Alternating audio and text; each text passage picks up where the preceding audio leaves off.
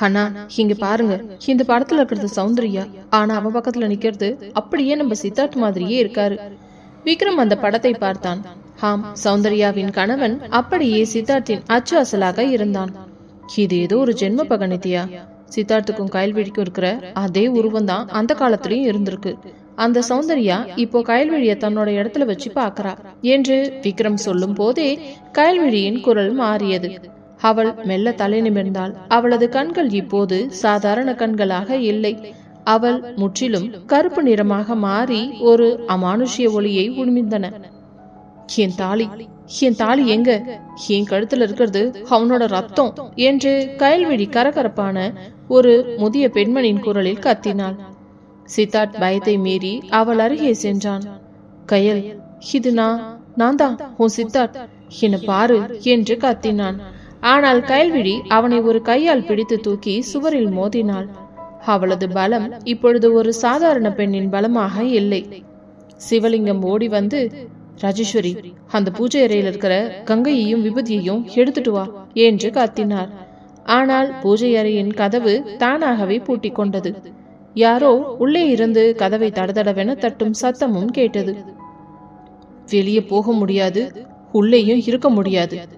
இந்த மாளிகை இன்னைக்கு ராத்திரி உங்க எல்லாருக்கும் சமாதிதான் என்று அந்த பெண் குரல் வீட்டின் மூலை முடுக்குகளில் இருந்து ஒலித்தது.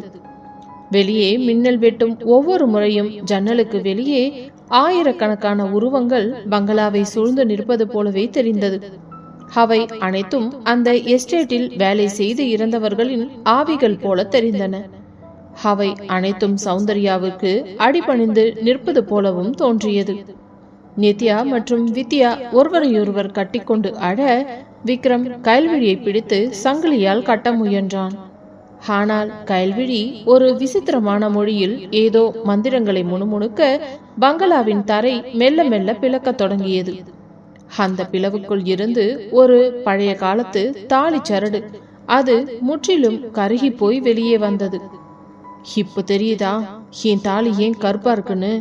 இது அன்னைக்கு எரியும் போது என் கழுத்துல இருந்துச்சு என்று கயல்விழி அமானுஷ்யமாக சிரிக்க, அந்த சிரிப்பு அந்த எஸ்டேட் முழுவதையும் அதிர செய்தது. 5 நாட்களாகியும் அவர்களுக்கு தண்ணீர் இல்லை, உணவு இல்லை. பசி மற்றும் தாகத்தால் அனைவரும் சோர்ந்து போயிருந்தனர். ஆனால் அந்த ஆவி அவர்களை உறங்கவும் விடவில்லை. ஒவ்வொரு முறை அவர்கள் கண்களை மூடும் போதும் ஏதோ ஒரு மரண ஓலம் அவர்களை எழுப்பியது. அந்த கருகி போன தாலிச்சரடு தரையிலிருந்து மேலே எழும்பிய போது பங்களாவுக்குள் நிலவிய அந்த ஊசி போன பிணவாடை இன்னும் அதிகமானது. கயல்விழி இப்பொழுது ஆவேசத்தில் அந்த சரடை தன் கைகளில் ஏந்தி அதை தடவி பார்த்த போதே அவளது கண்கள் இரத்த சிவப்பாக மாறின. சித்தார்த், என்னை காப்பாத்து, எனக்குள்ள ஏதோ ஒன்று எரியுது என்று கயல்விழியின் உண்மை குரல் ஒரு நொடி வெளிப்பட்டு மறைய, அடுத்த நொடியே சௌந்தர்யாவின் கரகரப்பான குரல் அந்த ஹால் முழுவதையும் அதிரச் செய்தது. காப்பாத்தவா? இவன் அவனை காப்பாத்துவான்? 100 வருஷத்துக்கு முன்னாடி இதே முகத்தோட இருந்த இவன் தான் என் கழுத்துல இருந்த தாலியை பறிச்சுக்கிட்டு என்னை எரியிற நெருப்புல தள்ளி விட்டுட்டான். விக்ரம் அதிர்ச்சியில் உறைந்து நின்றான். என்ன சொல்ற? சித்தார்த் அப்படிப்பட்டவன் இல்ல, நீ ஏதோ தப்பா நினைக்கிற சௌந்தர்யா என்று விக்ரம் முன்னேறி செல்ல முயல ஒரு கண்ணுக்கு தெரியாத சுவர் அவனை பின்னோக்கி தள்ளியது. சித்தார்த் நிலை குலைந்து போய், கயல், இல்ல சௌந்தர்யா, நீ சொல்றது எதுவுமே எனக்கு தெரியாது. நான் உன் சித்தார்த், உன் புருஷன். என்ன உனக்கு அடையாளம் தெரியலையா என்று கதறினான். கயல்விழி அமானுஷ்யமாக சிரித்தாள். புருஷனா? அன்னைக்கு நீ என் புருஷன் இல்ல, நீ ஒரு ராட்சசன். இந்த எஸ்டேட் சொத்துக்காக என்ன கல்யாணம் பண்ணிக்கிட்டு தாலி பிரிச்சு கோக்கற அன்னைக்கு என் சாப்பாட்டுல விஷம் வச்சது நீ தானே? நான் மயங்கி விழும்போது என் கழுத்துல இருந்த இந்த சொக்க தங்க சரட பறிக்க முயற்சி பண்ணியே. ஆனா அது உன் கைக்கு கிடைக்கல. ஏன்னா நான் அந்த ஏற்போட சேர்ந்து இந்த தாலியையும் என் ஆத்மாவோடவே சேர்த்து புதைச்சுக்கிட்டேன். ராஜேஸ்வரி பயத்தில் நடுங்கிக் கொண்டே, சிவலிங்கம், இது என்ன கொடுமை? நம்ம பையன் மேல இப்படி ஒரு பழியா? 1920 நடந்த ஒரு பாவம் இப்போ நம்ம குடும்பத்தையே தோர்த்துதா என்று விம்மினார். சிவலிங்கம் தனது தலையை பிடித்து கொண்டு, ராஜேஸ்வரி, இது ஜென்ம பகை. அந்த தாலி சரடு கருகி போயிருக்குதுன்னா அது ஆத்திரத்துல வெந்து போயிருக்குதுன்னு அர்த்தம். அந்த வன்மம் தீராம இங்கிருந்து யாருமே போக முடியாது என்றார். அர்ஜுன் வித்யாவை அணைத்து கொண்டு, அண்ணா, அந்த பழைய டைரியில வேற ஏதாவது வழி இருக்குதான்னு பாருங்க. இப்படியே இருந்தா கயல் அன்னைக்கு ஏதாவது ஆகிடும் என்று கத்தினான். விக்ரம் அந்த டைரியின் கடைசி பக்கங்களை வேக வேகமாக புரட்டினான். அதில் ஒரு குறிப்பு இருந்தது. சௌந்தர்யாவின் தாலி சரடு மீண்டும் புனிதமான கங்கையாலோ அல்லது ஒரு சுமங்கலியின் கையாலோ தொடப்பட்டால் மட்டுமே அந்த வன்மம் தனியும். நித்யா, வித்யா, நீங்க 2 பேரும் தான் இப்போ கையில மீட்க முடியும். அந்த பூசையறை கதவை எப்படியாவது உடைக்கணும் என்று விக்ரம் கத்தினான். ஆனால் கைல்விழி கையை உயர்த்தியதும் பங்களாவின் தரை விரிப்புகள் பாம்புகளைப் போல சுருண்டு நித்யா மற்றும் வித்யாவின் கால்களை சுற்றி கொண்டன. யாரும் அசையாதீங்க.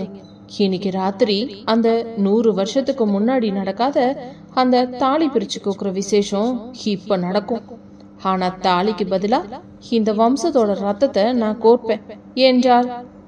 வெளியே இடி மின்னல் இன்னும் பயங்கரமாக வெடித்தது. அந்த மின்னல் வெளிச்சத்தில் ஜன்னல்களுக்கு பின்னால் தெரிந்த அந்த உருவங்கள் மெல்ல மெல்ல பங்களாவிற்குள் ஊடுருவ தொடங்கின. அவை அனைத்தும் வெறும் எலும்பு கூடுகளாகவும் சிதைந்த உருவங்களாகவும் இருந்தன. சித்தார்த் ஆவேசமாக முன்னேறி சென்று கைல்விழியின் கரங்களை பற்றினான். சௌந்தர்யா, உனக்கு ஏன் உயிர் தானே வேணும்னா எடுத்துக்கோ. ஆனா என் கையில விட்டுடு. அவளுக்கு எதுவுமே தெரியாது. அவ ஒரு அப்பாவி என்று கதற கைல்விழியின் முகம் ஒரு நிமிடம் மென்மையாக மாறியது. அன்னைக்கும் நீ இப்படித்தான் பேசின. சௌந்தர்யா, நீதான் என் உயிர்னு சொன்ன. ஆனா அடுத்த நிமிஷமே என் கழுத்துல கத்திய வச்சியே என்று சொல்லி அவள் சித்தார்த்தின் கழுத்தை பிடித்து தூக்கினாள். சித்தார்த்தின் முகம் நீல நிறமாக மாறத் தொடங்கியது. விக்ரம் ஒரு மரக்கட்டையை எடுத்து கைல்விழியின் பின்னால் செல்ல சௌந்தர்யாவின் ஆவி அவனை திரும்பி பார்த்து ஒரு விசித்திரமான ஒளியை எழுப்பியது. அந்த ஒளியில் விக்ரம் தூக்கி எறியப்பட்டு சுவரில் மோதி கீழே விழுந்தான். விக்ரம் என்று நித்யா அலறினாள். அவளது அலறல் சத்தம் அந்த பங்களாவின் கூரையையே பிளப்பது போல இருந்தது. திடீரென ராஜேஸ்வரிக்கு ஒரு யோசனை வந்தது. சிவலிங்கம், அந்த பழைய தாலிச்சரடு கயிறு போயிருக்குதுன்னா அதுக்கு உயிரூட்ட ஒரு வழி இருக்கு. கயல் கழுத்துல இப்போ புதுசா போட்ட அந்த தங்க சரடு, அது ரொம்ப புனிதமானது. அந்த சரடை எடுத்து இந்த சௌந்தர்யாவோட தாலியில தொட்டா அந்த பழைய வன்மம் குறையும். ஆனா கைல்விழியின் கழுத்தில் இருக்கும் அந்த புதிய சரடை தொடுவது அத்தனை எளிதல்ல. அவளை சுற்றி அந்த அமானுஷ்ய வளையம் நெருப்பாக எரிந்து கொண்டிருந்தது. யார் வரீங்க? யார் என் தாலிய தொட போறீங்க என்று சௌந்தர்யா அமானுஷ்யமாக சிரிக்க பங்களாவின் விளக்குகள் அனைத்தும் படார் படார் என்று வெடித்தன. இப்போது எங்கும் கும்மிருட்டு. அந்த இருட்டில் சௌந்தர்யாவின் கண்கள் மட்டும் 2 சிவப்பு நெருப்பு கோலங்களாக மின்னின. சித்தார்த் மூச்சு திணறியபடியே, நான் வருவேன். என் கைலுக்காக நான் எதையும் செய்வேன். அன்னைக்கு நான் செஞ்சது பாவமா இருந்தா அதுக்கு இன்னைக்கு நான் பிராயச்சித்தம் தேடுறேன் என்று சொல்லி அந்த நெருப்பு வளையத்திற்குள் தன் கையை விட்டான். அவனது கை கருகத் தொடங்கியது. தோள்கள் கருகும் வாடை அந்த அறை முழுவதும் பரவியது. ஆனால் சித்தார்த் வலியை பொறுத்து கொண்டு கைல்விழியின் கழுத்தில் இருந்த அந்த புதிய தங்கச்சரடை தொட்டான். அடுத்த நொடி ஒரு பயங்கரமான வெளிச்சம் அந்த பங்களா முழுவதும் பரவியது. சௌந்தர்யாவின் ஆவி ஒரு பெரிய ஓலமிட்டது. இல்ல, இது என்னால தாங்க முடியல. இது என் வன்மத்தை அழிக்குது. அந்த பழைய கருகி போன தாலிச்சரடு மெல்ல மெல்ல சாம்பலாக மாற தொடங்கியது. ஆனால் சௌந்தர்யா அவ்வளவு சீக்கிரம் விடுவதாக இல்லை. அவள் கைல்விழியின் உடலை விட்டு வெளியேறாமல் அவளது உயிரை பறிக்க போராடினாள். நான் போவேன், ஆனா இவளையும் கூட்டிட்டு தான் போவேன் என்று கைல்விழியின் கழுத்தை இன்னும் பலமாக நெரித்தாள். பங்களாவின் அஸ்திவாரம் அதிரத் தொடங்கியது. சுவர்கள் எல்லாம் இடித்து விழ ஆரம்பித்தன. 7 நாட்களாக இந்த சித்திரவதையை அனுபவித்துக் கொண்டிருக்கும் அந்த குடும்பம் இன்று அந்த மாளிகையோடு மண்ணோடு மண்ணாக போகிறதா? சித்தார்த் தனது கையை இழக்கப் போகிறானா? அந்த பழைய எஸ்டேட் பங்களாவின் அஸ்திவாரம் நிலம் நடுக்கம் வந்தது போல அதிர கூரையில் இருந்த மரச்சட்டங்கள் ஒவ்வொன்றாக முறிந்துவிட தொடங்கின. சித்தார்த்தின் கையின் தோள்கள் கருதி ரத்தம் கசிந்தாலும் அவன் கயல்விழியின் கருத்திலிருந்த அந்த புதிய தங்கச்சரடை விடுவதாக இல்லை. அந்த புனிதமான தங்கத்தின் ஸ்பரிசம் பட்டதும் கயல்விழியின் உடலுக்குள் இருந்த சௌந்தர்யாவின் ஆவேசம் கட்டுக்கடங்காமல் அலறியது. இல்ல, இந்த தாலி சரடு இது என்ன சுடுது? 100 வருஷ வன்மத்தை ஒரு சின்ன தங்க சங்கிலி அழிச்சிடுமா? விடமாட்டேன். இந்த வம்சத்து ரத்தம் என் தாகத்தை தீர்க்கணும் என்று சௌந்தர்யா கரகரப்பாக கத்தினாள்.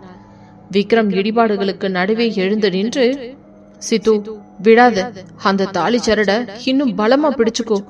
சித்தி, சித்தப்பா, சீக்கிரம் அந்த பூஜை அறையில இருந்து கங்கையை எப்படியாவது எடுங்க என்று கர்ஜித்தான். அப்பொழுது பூஜை அறைவின் கதவு ஒரு பயங்கரமான சத்தத்துடன் வெடித்து சிதறியது. உள்ளே இருந்து ஒரு பிரகாசமான ஒளி வெள்ளம் பாய்ந்து வர ராஜேஸ்வரி பயத்தை மறந்து ஓடி சென்று அங்கிருந்து அந்த பழைய செம்பில் இருந்த கங்கை நீரை எடுத்தாள். சௌந்தர்யா, இதோ பாரடி, இது கங்கை. உன் ஆத்மா சாந்தி அடையணும்னா இதை ஏத்துக்கோ, இல்லனா இந்த எருப்புல நீயும் உன்னோட வன்மமும் சாம்பல் ஆகிடுவீங்க என்று ராஜேஸ்வரி கத்திக்கொண்டே கயல்விழியின் முகத்தில் அந்த புனித நீரை தெளித்தாள். கங்கை நீர் பட்ட அடுத்த வினாடி கயல்விழியின் உடலிலிருந்து ஒரு கருப்பு புகை மூட்டமாக வெளியேறிய அந்த ஆவி அந்த ஹால் முழுவதும் சுழன்றது. கயல்விழி அப்படியே மயங்கி சித்தார்த்தின் மார்பில் சரிந்தாள். சித்தார்த் அவளை தாங்கி பிடித்துக் கொண்டு, கயல் கயல், கண்ண திரடி, சித்து கூப்பிடுறல்ல என்று கதறினான். அவனது கருகிய கைகளில் இருந்து ரத்தம் கயல்விழியின் பட்டுச்சேலையில் படர்ந்தது. ஆனால் சௌந்தர்யாவின் ஆவி அவ்வளவு சீக்கிரம் விடுவதாக இல்லை. அந்த புகை உருவம் இப்போது விக்ரமை நோக்கி பாய்ந்தது. நீ தானே இந்த தாலியை பிரிக்கணும்னு சொன்ன, முதல்ல ஒன்ன முடிக்கிறேன் என்று விக்ரமின் கழுத்தை சுற்றி கொண்டது. விக்ரமுக்கு மூச்சு திணற அவனது முகம் சிவந்து கண்கள் பிதுங்கின. நித்யா அலறிக்கொண்டு ஓடி வந்து விக்ரமை கட்டிக்கொண்டாள். விக்ரம், விக்ரம், அக்கா காப்பாத்துங்க என்று நித்யா கதற அந்த புகை உருவம் நித்யாவையும் சேர்த்து இருக்கியது. அப்போது சிவலிங்கம் அந்த பழைய டைரியின் கடைசி பக்கத்தில் இருந்த ஒரு ரகசிய மந்திரத்தை உறக்க ஓத தொடங்கினார். சௌந்தர்யா, உன் தாலிச்சரடு கருகி போனதுக்கு காரணம் உன் கணவன் இல்ல. அவனுக்கு தெரியாம உன் மேல ஆசைப்பட்ட அந்த எஸ்டேட்டோட மேனேஜர் தான். அவன்தான் உன் சாப்பாட்டுல விஷம் வச்சான். உன் புருஷன் உன்னை காப்பாத்த தான் வந்தான். ஆனா நீ அவனை தப்பா நினைச்சிட்ட. இந்த உண்மையை சொன்னதோ அந்த புகை உருவம் அப்படியே நின்றது. பங்களாவின் நடுவில் அந்த உருவம் மெல்ல தேய்ந்து ஒரு அழகான பெண்ணின் உருவமாக மாறியது. அவளது முகம் அப்படியே கயல்விழி போல இருந்தாலும் அதில் ஒரு அமைதி இருந்தது. நிஜமாவா? அவன் என்ன கொல்லலையா என்று சௌந்தர்யாவின் குரல் இப்பொழுது மென்மையாக கேட்டது. சிவலிங்கம் அந்த பழைய புகைப்படத்தை காட்டினார். இதோ பார், உன் புருஷன் உன் தாலியை பறிக்கல. அந்த மேனேஜர் கிட்ட இருந்து அதை காப்பாத்துறதுக்கு தான் போராடினான். அந்த மேனேஜர் தான் உங்களை எரிச்சது. சௌந்தர்யாவின் உருவம் மெல்ல சிரித்தது. அவளது கண்களில் இருந்த கண்ணீர் வடிய, 100 வருஷமா தப்பான வன்மத்தில் நான் இருந்திருக்கேன், என்னை மன்னிச்சிடுங்க என்று சொல்லி அவள் கயல்விழி மற்றும் சித்தார்த்தை பார்த்து ஆசீர்வதிப்பது போல கையை உயர்த்தினாள்.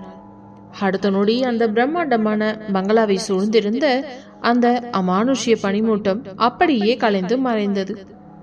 ஜன்னல் வழியே அதிகாலை சூரியனின் முதல் கதிர்கள் உள்ளே நுழைந்தன. அந்த பழைய கருகி போன தாலிச்சரடு அப்படியே சாம்பலாகி காற்றில் கரைந்தது. விக்ரம் மூச்சை இழுத்து சுவாசித்தான். நித்யா அவனை இறுக அணைத்துக் கொண்டாள். அர்ஜுன் மற்றும் வித்யா ஓடி வந்து சித்தார்த்தையும் கயல்விழியும் பிடித்துக் கொண்டனர். சித்து, கை ரொம்ப வலிக்குதாடா என்று ராஜேஸ்வரி ஓடி வந்து அவனது கருகிய கையை பார்த்து அழுதார். சித்தார்த் கயல்விழியின் முகத்தை பார்த்து, வலிக்குதுதாம்மா, ஆனா என் கயல் உயிரோட இருக்கிறத பார்க்கும்போது இந்த வலியெல்லாம் ஒண்ணுமே இல்லை என்றான். மயக்கத்தில் இருந்த கயல்விழி மெல்ல கண்ணை திறந்தாள். சித்து, நாம எங்க இருக்கோம்? ஏன் எல்லாரும் அழுதுகிட்டு இருக்கீங்க?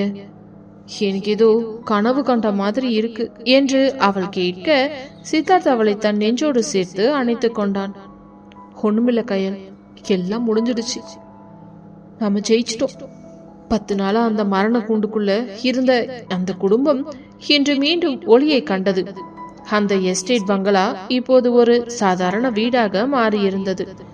ஆனால் அந்த 10 நாட்களில் அவர்கள் அனுபவித்த அந்த பீதி அவர்களது வாழ்க்கையில் ஒரு மறக்க முடியாத ரணமாக மாறியது.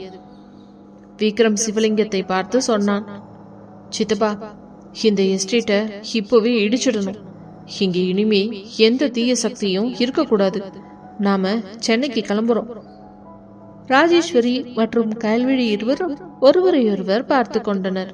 அந்த எஸ்டேட் பங்களாவின் இருண்ட நிழல்கள் எல்லாம் மெல்ல விலகி காலை சூரியனின் பொன்னிற கதிர்கள் ஜன்னல் வழியே உள்ளே ஊடுருவின. 10 நாட்களாக பயண மரத்தில் உறைந்திருந்த அந்த மாளிகை இப்பொழுது ஒரு அமைதியான மௌனத்தில் ஆழ்ந்திருந்தது. விக்ரம் மெல்ல எழுந்து தனது சட்டையை சரி செய்து கொண்டவன், நித்யா இன்னும் அவனது கையை விடாமல் நடுங்கியபடியே அமர்ந்திருந்தாள். நித்யா, எல்லாம் முடிஞ்சிடுச்சுடி. இனிமே பயப்படுறதுக்கு எதுவுமே இல்லை. அந்த சௌந்தர்யாவோட ஆத்மா சாந்தி அடைஞ்சிடுச்சு என்று விக்ரம் அவளது நெற்றியில் முத்தமிட்டு தேற்றினான். மறுபுறம் ராஜேஸ்வரி பதற்றத்துடன் ஓடி வந்து சித்தார்த்தின் கருகிய கையை பார்த்தார். ஐயோ சித்தார்த், இந்த ரத்தம் இன்னும் நிகழையேடா. ஏனுங்க, சீக்கிரமா அந்த முதலீடு பெட்டி எடுத்துட்டு வாங்க. என் பிள்ளைக்கு எவ்வளவு வலிக்குமோ என்று பதறினார். சிவலிங்கம் அமைதியாக வந்து சித்தார்த்தின் தோளில் கையை வைத்தார். ராஜேஸ்வரி, பயப்படாத. இந்த தழும்பு அவனோட காதலுக்கு கிடைச்ச அடையாளம். கயல்விழியை மீட்க அவன் செஞ்ச இந்த தியாகம் அந்த 100 வருஷ பகையை தீர்த்திருக்கு என்று சொல்லி மருந்து எடுத்து சித்தார்த்தின் கைகளில் தடவினார். கயல்விழி மெல்ல கண்ணை திறந்து பார்த்தாள். அவளது கண்கள் இப்போது பழையபடி தெளிவாகவும் கனிவாகவும் இருந்தன. அவள் சித்தார்த்தின் கையை பார்த்ததும் கதறி அழுதாள். சித்து, எனக்காக அப்படி செஞ்சீங்க? அந்த பேய் என் உடம்புக்குள்ள இருந்தப்போ நான் உங்களை எவ்வளோ கஷ்டப்படுத்தினேன். என்ன மன்னிச்சிடுங்க சித்து என்று அவனது மார்பில் சாய்ந்து தேம்பினாள். சித்தார்த் அவளது கண்ணீரை துடைத்து, கயல், நீ எதுக்கு மன்னிப்பு கேட்கிற? அது நீ இல்ல, அந்த ஆன்மா தான் அப்படி செஞ்சிச்சு. இப்போ நீ என் கூட உயிரோடு இருக்கிறதே எனக்கு போதுண்டி என்று அவளை இறுக்கமாக அணைத்து கொண்டான். அர்ஜுன் வித்யாவை அழைத்து கொண்டு பக்கத்தில் வந்தவன், அண்ணா, இனி ஒரு நிமிஷம் கூட இங்க இருக்க வேண்டாம். அந்த டிரைவர் கிட்ட சொல்லி முதல்ல கார் எடுக்க சொல்லுங்க. சென்னைக்கு போய் அந்த பெரிய சாமி முன்னாடி நின்னாதான் என் மனசு ஆறும் என்றான். அனைவரும் தங்களது பெட்டிகளை எல்லாம் எடுத்துக்கொண்டு காரில் ஏறினர். விக்ரம் கடைசியாக அந்த பங்களாவை ஒரு முறை திரும்பி பார்த்தான். இந்த எஸ்டோட கதவு இப்பவே பூட்டப்படும். இனிமே இங்க யாருமே வரக்கூடாது என்று சொல்லி தானே பூட்டிவிட்டு சாவியை தூக்கி எறிந்தான்.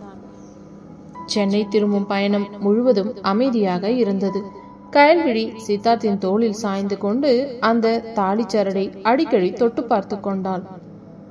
அது இப்போது சுத்தமான தங்கமாக எந்த பாதிப்பும் இன்றி மின்னியது.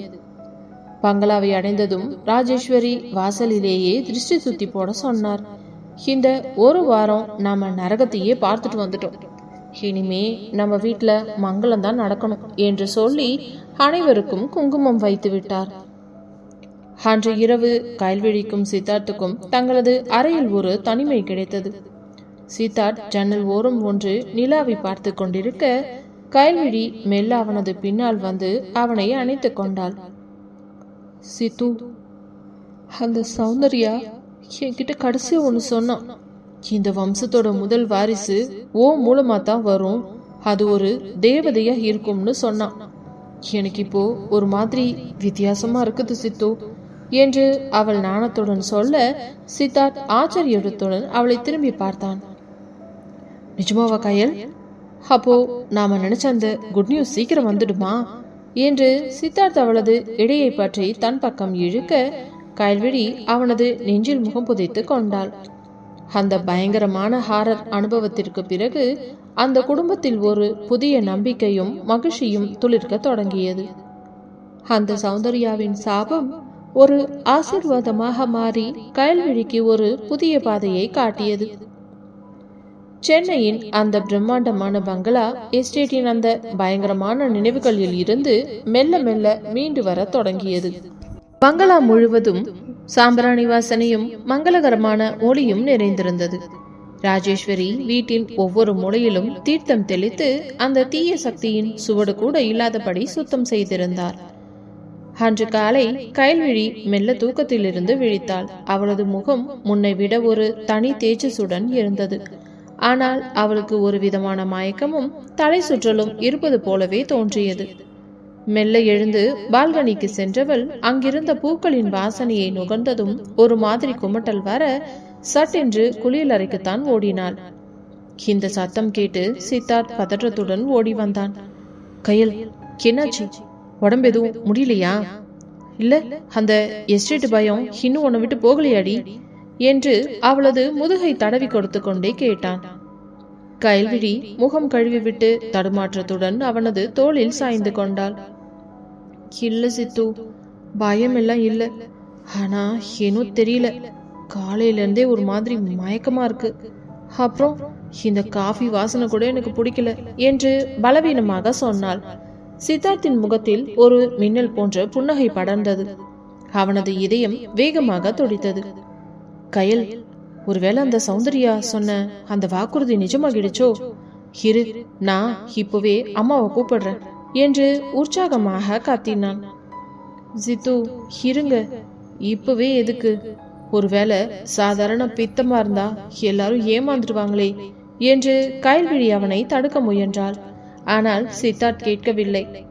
அம்மா, அப்பா, சீக்கிரம் இங்க வாங்க என்று சித்தார்த் ஹாலில் நின்று கத்திய சத்தத்தில் விக்ரம், நித்யா, அர்ஜுன், வித்யா என அனைவரும் பதறியடித்துக் கொண்டு ஓடி வந்தனர். ராஜேஸ்வரி மூச்சரைக்க ஓடி வந்து, என்னடா சித்து, ஏன் இப்படி பதற? கைலுக்கு ஏதாவது ஆச்சா என்று கேட்க சித்தார்த் கைல்விழியின் கையை பிடித்து கொண்டு, அம்மா, கைலுக்கு காலையில இருந்து மயக்கமா இருக்குது, வாந்தி வேற எடுக்கிறா, எனக்கு என்னவோ ஒரு நல்ல செய்தி வரப்போகுதுன்னு தோணுது என்றான். ராஜேஸ்வரியின் கண்கள் சட்டென்று மலர்ந்தன. அவர் ஓடி சென்று கைல்விழியின் முகத்தை பிடித்து பார்த்தார். அவளது கண்களில் தெரிந்த அந்த ஒரு மாற்றத்தை அனுபவம் உள்ள அவர் உடனே கண்டு கொண்டார். என்னங்க, பாத்தீங்களா, நம்ம குடும்பத்தோட முதல் வாரிசு வரப்போகுது. என் மருமக விசேஷமா இருக்கான்னு நினைக்கிறேன் என்று அவர் ஆனந்த கண்ணீருடன் கத்தினார். விக்ரம் ஓடி வந்து சித்தார்த்தை கட்டி கொண்டான். வாழ்த்துக்கள் சித்து, நான் சொன்னேன்ல இந்த வீட்டுக்கு முதல் வாரிசு ஒன்னாலதான் வரும்னு. நித்யா, வித்யா, சீக்கிரமா கையில ரூமுக்கு கூட்டிட்டு போங்க. சித்தப்பா, நீங்க நம்ம ஃபேமிலி டாக்டருக்கு போன் பண்ணுங்க என்று அதிகாரப்பூர்வமாக உத்தரவிட்டான். அர்ஜுன் உற்சாகத்தில் துள்ளி குதித்தான். வித்யா, பாத்தியா, நான் சித்தப்பா ஆக போறேன். கயல், இப்பவே சொல்லிட்டேன், பிறக்க போறது பையனா இருந்தா அவனை ஒரு பெரிய கிரிக்கெட் பிளேயரா தான் ஆக்குவேன் என்று சொல்ல வித்யா அவனது கையை கிள்ளி, அர்ஜுன், முதல்ல அவங்கள நிம்மதியா இருக்க விடுங்க என்று சிரித்தாள். சிறிது நேரத்தில் டாக்டர் வந்து கைல்விழியை பரிசோதித்தார். அனைவரும் ஹாலில் நகம் கடித்தபடியே டாக்டரின் வரவுக்காக காத்து கொண்டிருந்தனர். டாக்டரும் அறையை விட்டு வெளியே வந்ததும் முகத்தில் ஒரு பெரிய புன்னகையோடு சொன்னார், வாழ்த்துக்கள் சித்தார்த், கைல்விழி 3 மாதம் கர்ப்பமா இருக்காங்க. அவங்க ரொம்ப ஆரோக்கியமா இருக்காங்க. ஆனா அந்த எஸ்டேட்ல நடந்த விஷயத்தினால கொஞ்சம் மன அழுத்தத்துல தான் இருக்காங்க. அவங்கள நீங்க ரொம்ப சந்தோஷமா வச்சுக்கோங்க. இந்த வார்த்தையை கேட்டதும் அந்த பங்களாவே கைத்தட்டல் சத்தத்தால் நிறைந்தது. ராஜேஸ்வரி ஓடி சென்று சாமி படத்தின் முன்னால் விழுந்து வணங்கினார். கடவுளே, அந்த பேயோட வன்மத்தை அழிச்சு எங்க வம்சத்துக்கு ஒரு தேவதையை கொடுத்திருக்க, உனக்கு ரொம்ப நன்றி என்று வேண்டினார். விக்ரம் நித்யாவின் கையை பற்றி கொண்டான். நித்யா, நம்ம வீட்டுக்கு முதல் வாரிசு வரப்போகுது. இனிமே கைல்விழிய நாம ஒண்ணு கண்ணுல வச்சு பாத்துக்கணும். அவளுக்கு என்னெல்லாம் பிடிக்குமோ அதையெல்லாம் இப்பவே ஆர்டர் பண்ணுங்க என்றான். அன்று மாலை அந்த பங்களாவின் பால்கனியில் சித்தார்த்தும் கைல்விழியும் மட்டும் தனியாக அமர்ந்திருந்தனர். சித்தார்த் கைல்விழியின் வயிற்றில் மெல்ல கை வைத்து, கயல், இப்போ தெரியுதா அந்த சௌந்தர்யா ஏன் உன்னை அவ்வளோ பிடிவாதமா பிடிச்சான்னு? அவளோட அந்த தூய்மையான ஆத்மா உன் மூலமாக இந்த உலகத்துக்கு வரப்போகுது. நாம ரொம்ப அதிர்ஷ்டசாலிங்கடி என்று உருக்கமாக சொன்னான். கயல்விழி அவனது தோளில் தலை சாய்த்து, ஆமா சித்து, அந்த 10 நாள் நரகம் இப்போ ஒரு சொர்க்கமா மாறிடுச்சு. நம்ம குழந்தை இந்த உலகத்துல வரும்போது இந்த வீடே ஒரு நந்தவனமா மாறும் என்றாள். அந்த இரவு சென்னையின் கடற்கரை காற்றில் அந்த பங்களா ஒரு புதிய கனவோடு அமைதியாக உறங்கியது. எஸ்டேட்டின் இருள் மறைந்து ஒரு சின்னஞ்சிறு உயிரின் வரவால் அந்த குடும்பம் முழுமை பெற்றது. சென்னை பங்களாவின் விடியல் இன்று ஒரு புதிய மங்களத்துடன் பிறக்க, கயல்விழி கர்ப்பமாக இருக்கும் செய்தி உறுதி செய்யப்பட்டதிலிருந்து அந்த வீடே அவளை சுற்றித்தான் இயங்கிக் கொண்டிருந்தது. அதிகாலையிலேயே சமையல் அறையில் வேலைக்காரர்கள் பரபரப்பாக இருந்தனர். சமையல்காரர் முனுசாமி ராஜேஸ்வரி அம்மாவிடம் வந்து பவ்யமாக நின்றார். அம்மா, கயல்விழி அம்மாவுக்கு காலையில குடிக்கிறதுக்கு அந்த பழச்சாறு நான் தயார் பண்ணிட்டேன். அப்புறம் சிவலிங்க ஐயா சொன்ன மாதிரி அந்த சத்துமாவு கஞ்சியும் ரெடியா இருக்குங்கம்மா என்றார். ராஜேஸ்வரி சிரித்துக்கொண்டே, சரி முனுசாமி, முதல்ல ஜூஸை கொண்டு போய் அவங்க ரூம்ல வை. கயல் இன்னும் தூங்கிட்டு இருப்பா, அவளை எழுப்பாத. அப்புறம் சிவலிங்க ஐயாவுக்கு காஃபி எடுத்துட்டு போய் ஹால்ல கொடு என்று உத்தரவிட்டார். கயல்விழியின் அறையில் சித்தார்த் அவளது தலையை மெல்ல வருடி கொண்டிருந்தான். கயல், எழுந்துருடி, டாக்டர் சொன்ன மாதிரி டைமுக்கு சாப்பிடணும்ல, இதோ ஜூஸ் வந்துடுச்சு என்று அன்போடு சொன்னான். கயல்விழி மெல்ல கண்ணை திறந்து, சித்து, அத்தை ஏதாவது சொன்னாங்களா? நான் ரொம்ப நேரம் தூங்கிட்டேனா என்று தயக்கத்துடன் கேட்டாள். அதெல்லாம் ஒண்ணுமில்ல கயல், அம்மாவே உன்னை தூங்கத்தான் சொல்லி இருக்காங்க. நீ இப்போ இந்த வீட்டோட ராணி, உனக்கு என்ன வேணுமோ அதை இந்த சித்தார்த்து தான் செஞ்சு தருவான் என்று அவளது நெற்றியில் முத்தமிட்டான். கீழே ஹாலில் சிவலிங்கம் பேப்பர் படித்துக் கொண்டிருக்க விக்ரம் அவர் அருகே வந்தான். ஐயா, கயல்விழிக்கு வளகாப்பு விசேஷத்தை ரொம்ப பிரம்மாண்டமா நடத்தணும்னு நான் நினைக்கிறேன். நம்ம பிசினஸ் பார்ட்னர்ஸ், சொந்தக்காரவங்கன்னு எல்லாரையும் கூப்பிடணும். நீங்க என்ன சொல்றீங்க என்று விக்ரம் கேட்க, சிவலிங்கம் பேப்பரை மடித்து வைத்துவிட்டு சிரித்தார்.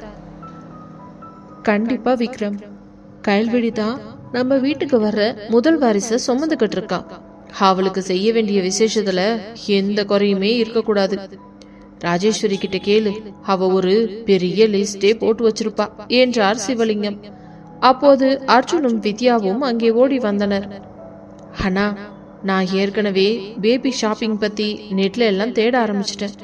பிறக்க போறது பையனா இருந்தா ஒரு குட்டி கார், பொண்ணா இருந்தா ஒரு பொம்மை வீடு, இப்பவே எல்லாத்தையும் பிளான் பண்ணிட்டேன் என்று அர்ஜுன் உற்சாகமாக கத்த பங்களாவே சிரிப்பால் நிறைந்தது. மதிய உணவின் போது அனைவரும் டைனிங் டேபிளில் அமர்ந்தனர். வேலைக்காரர்கள் வரிசையாக நின்று கயல்விழிக்கு பிடித்தமான உணவுகளை பரிமாறினர். சிவலிங்கம் கயல்விழியை பார்த்து, கயல், உனக்கு வேற ஏதாச்சும் ஸ்பெஷலா சாப்பிடணும்னு தோணுதா?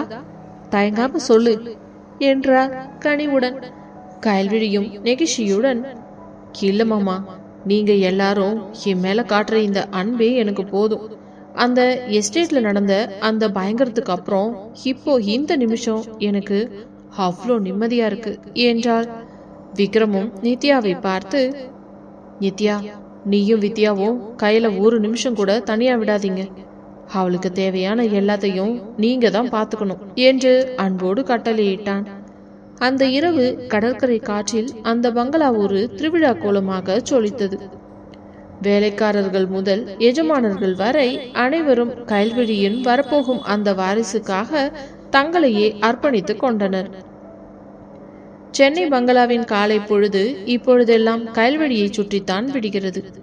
ராஜேஸ்வரி அதிகாலையிலேயே எழுந்து சமையலறைக்கு சென்று வேலைக்காரர்களிடம் மும்முரமாக பேசிக் கொண்டிருந்தார். முனுசாமி, கயலுக்கு இப்போ எண்ணெய் வாசனை எல்லாம் பிடிக்கல, அதனால தாளிக்கிறப்ப கொஞ்சம் ஜாக்கிரதையா இரு. அப்புறம் அவளுக்கு அந்த இஞ்சி துவையிலும் சுட சுட இட்லியும் தான் இப்போதைக்கு செட் ஆகும். சிவலிங்க ஐயா சொன்ன மாதிரி அந்த பழங்களை எல்லாம் இப்பவே நறுக்கி வை என்று ராஜேஸ்வரி அம்மா அதிகாரம் கலந்த அன்போடு உத்தரவிட்டு கொண்டிருந்தார். சிவலிங்கம் ஹாலில் அமர்ந்து பேப்பர் படித்துக் கொண்டிருந்தாலும் அவரது கவனம் முழுவதும் மாடி படிக்கட்டுகளிலே இருந்தது.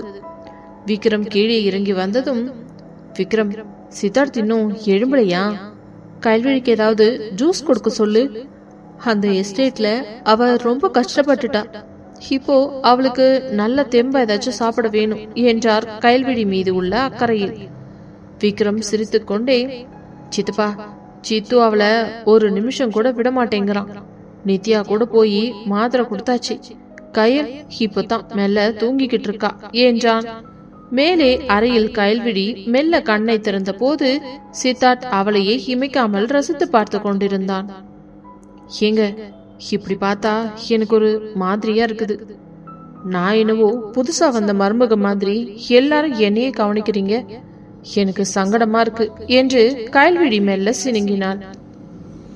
சித்தார்த் அவளது கையை பற்றி கொண்டு, கயல், நீ இந்த வீட்டோட முதல் வாரிச சுமந்துகிட்டு இருக்க. உன்னை இப்போ நாங்க கண்ணுக்குள்ள வச்சுதான் பாப்போம். இதோ பாரு, அம்மா உனக்காக அந்த ஸ்பெஷல் கஞ்சியை கூட செஞ்சு அனுப்பியிருக்காங்க. ஒரு வாய் குடி என்று ஊட்டிவிட முயன்றான். கைல்விழியும் ஒரு வாய் குடித்து விட்டு, நித்யா வித்யாலாம் எங்க என்று கேட்க அடுத்த நொடியே இருவரும் அறைக்குள் நுழைந்தனர். வித்யா கையில் ஒரு பெரிய தட்டு நிறைய பழங்களோடு வந்தாள். அக்கா, இதோ பாருங்க, அர்ஜுன் காலையிலேயே மார்க்கெட்டுக்கு போய் உங்களுக்காக பார்த்து இதெல்லாம் வாங்கிட்டு வந்திருக்காரு. நீங்க இப்ப இதெல்லாம் சாப்பிட்டு நல்லா குண்டாகணும் என்று வித்யா சொல்ல, நித்யாவும் சிரித்து கொண்டே, அவளை இப்பவே சாப்பிட சொல்லி தொந்தரவு பண்ணாத வித்யா, அவளுக்கு பிடிச்சதை மட்டும் மெதுவா சாப்பிடட்டும் என்றாள். மதிய உணவின் போது அந்த பிரம்மாண்டமான டைனிங் ஹாலில் கைல்விழிக்கு மட்டும் ஒரு தனித்தட்டில் விதவிதமான உணவுகள் அனைத்தும் அடுக்கப்பட்டிருந்தன. சிவலிங்கம் அவள் அருகே அமர்ந்து, கயல், அந்த எஸ்டேட்ல அந்த பேய் பண்ணன அலப்பறையில நீ ரொம்பவே இழைச்சு போயிட்ட. இப்போ நீ நல்லா சாப்பிட்டு பழையபடி தெம்பா வரணும். உனக்கு ஏதாவது சாப்பிட தோணுச்சுன்னா உடனே ராஜேஸ்வரி கிட்டேயோ இல்ல என்கிட்டயோ சொல்லு என்றார். கைல்விழி நெகிழ்ச்சியுடன் எல்லாரையும் பார்த்தாள். மாமா, அத்தை, உங்க எல்லாருடைய அன்புக்கும் முன்னாடி எனக்கு வேற எதுவுமே பெருசா தெரியல. அந்த பயங்கரமான நாட்களும் அப்புறம் இப்போ இந்த சந்தோஷம் எனக்கு ஒரு வரப்பிரசாதம் என்று சொல்லி மெதுவாக சாப்பிட்டாள். அர்ஜுன் மெல்ல விக்ரமிடம், அண்ணா, கையலுக்கு இப்போ எப்போ பார்த்தாலும் கொமட்டல் வருதுன்னு சித்து அண்ணா சொன்னாரு. நாம ஏன் நம்ம ஃபேமிலி டாக்டரை ஒரு தடவை வீட்டுக்கே வர சொல்லி அவளுக்கு தேவையான டயட் சார்ட்டை எல்லாம் போட சொல்லக்கூடாது என்று கேட்க விக்ரம் அவனை தட்டி கொடுத்து, நல்ல யோசனை அர்ஜுன், சித்தப்பா கிட்ட பேசிட்டு அதையே பண்ணிடலாம் என்றான். அன்று மாலை அந்த பங்களாவின் தோட்டத்தில் கைல்விழி மெல்ல நடந்து கொண்டிருந்தாள். சித்தார்த்தும் அவளுக்கு துணையாக பக்கத்திலேயே நடந்து கொண்டிருந்தான். கடற்கரை காற்று இதமாக வீச கைல்விழி தன் வயிற்றை தடவிக்கொண்டு, சித்து, நம்ம குழந்தை இந்த அழகான பங்களாவில் உங்க எல்லாருடைய அன்புக்கு நடுவுல வளரப்போகுதுன்னு நினைக்கும் போதே எனக்கு ரொம்ப பெருமையா இருக்குது என்றாள். சித்தார்த் அவளை அணைத்து கொண்டு, ஆமா கையல், நம்ம வம்சத்தோட முதல் நட்சத்திரம் நீதான், இந்த உலகமே உன்னை கொண்டாடும் என்று சொல்ல அந்த அமைதியான மாலை பொழுது அவர்களின் காதலால் இன்னும் அழகானது.